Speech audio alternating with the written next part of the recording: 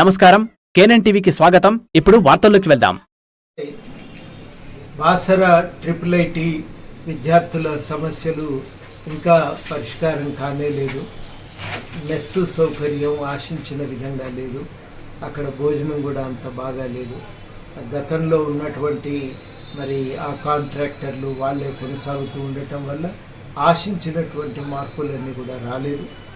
అయితే మనం ఒక గ్రహించవలసిన విషయం ఏంటంటే ట్రిపుల్ బాసర అనేది తెలంగాణలో అత్యంత ప్రతిష్టాత్మకమైన వ్యవస్థ. అది గ్రామీణ ప్రాంతాల్లో నుంచి వస్తున్న మంచి విద్యార్థులకు అక్కడ నాణ్యమైన విద్య దొరుకుతున్నది. అట్లాంటి ఒక విద్యా సంస్థ ఎంత బాగా నడిస్తే రాష్ట్రానికి ఒక మంచి పేరు వస్తుంది.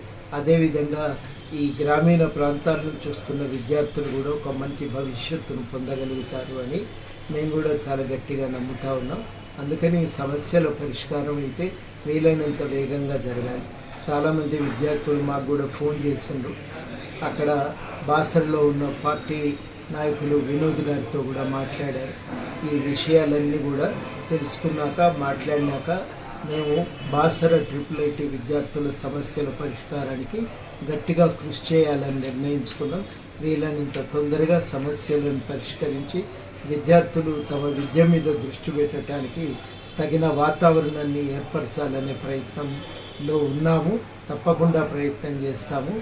సమస్యలకు ప్రభుత్వం దృష్టికి తీసుకువెళ్ళి పరిష్కారాలను సాధిస్తామని విద్యార్థులకు హామీ ఇస్తూ మేము చేసే కృషికి మీ సహకారం కూడా అందించవలసిందిగా అభ్యర్థిస్తూ తప్పకుండా న్యాయం చేకూర్చడానికి వ్యక్తిగతంగా నేను కానీ తెలంగాణ జనసమితి కానీ మీ వెంట ఉంటుందని హామీ ఇస్తూ సెలవు. జై తెలంగాణ.